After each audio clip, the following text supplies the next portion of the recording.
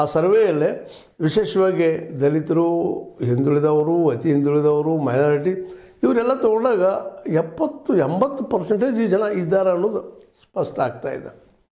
ಅದೇ ರೀತಿಯಲ್ಲಿ ಕರ್ನಾಟಕದಲ್ಲಿ ಈಗ ಆಗಲಿ ಅನ್ನುವಂಥ ಕೂಗು ಜೋರದಾರಿಗೆ ಇದ್ದಿದೆ. ಮತ್ತು ಅದು ಇಲೆಕ್ಷನ್, ಲೋಕಸಭಾ ಇಲೆಕ್ಷನ್ದಲ್ಲ, ಈಗಾಗಲೇ ಅನೇಕ ಕಡೆಗಳಲ್ಲಿ ಮೋದಿಯವರು ಹೇಳ್ಕೊಳ್ತಾ ಇದ್ದಾರೆ ನಾವು OBC ಅಂತೇಳಿ. ಆಲ್ರೆಡಿ ಮತ್ತು ಮಹಿಳೆಯರಿಗೆ ರಿಸರ್ವೇಷನ್ ಸಲುವಾಗಿ ಅವರು ಒಂದು ಅಪೀಲು ಕೊಟ್ಟಿದ್ದಾರೆ, ಅದನ್ನು ಒಂದು ಪಾಸು ಮಾಡ್ಕೊಂಡಿದ್ದಾರೆ ಬಿಲ್ಲ. ಆದರೆ ಈ ಸದ್ಯದಲ್ಲಿಲ್ಲ. ಅದು ಸರ್ವೆಗಳಾದ ನಂತರ, ಜನಸಂಖ್ಯೆ ಸರ್ವೆ ಆಗೋದು, ಮುಂದೆ ಈ ಕ್ಷೇತ್ರಗಳ ವಿಂಗಡಣೆ ಆದಮೇಲೆ ಆಗುವಂಥದ್ದು. ಅದೆಂದು ಆಗ್ತದ್ರು ಯಾರಿಗೂ ಅದ್ರ ಬಗ್ಗೆ ಕಲ್ಪನೆ ಇಲ್ಲ.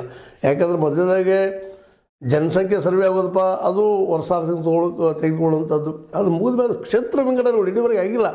545 ಕ್ಷೇತ್ರಗಳು ಇನ್ನೂ ಹೆಚ್ಚಾಗುವ ಸಾಧ್ಯತೆಗಳಿದ್ದಾವೆ. ಯಾಕಪ್ಪ ಅಂತಂದ್ರೆ ಒಂದು ಕ್ಷೇತ್ರದಲ್ಲಿ 15 ಹಿಡ್ಕೊಂಡು 30-32 ಲಕ್ಷ ತನಕ ಜನಸಂಖ್ಯೆ ಇರೋದರಿಂದಾಗೆ ಅವನವ್ರ ಎವರೇಜ್ ಮೇಲೆ ಅದನ್ನು ಡಿವೈಡ್ ಮಾಡಬೇಕು ಅನ್ನೋಂಥ ಒಂದು ವಾದ ಭಾಳ ದಿನಗಳಿಂದ ಒಂದು ಚರ್ಚೆ ಆಗ್ತಾ ಬಂದದ್ದು. ಈಗ ಅದು ಆಗಬೇಕು.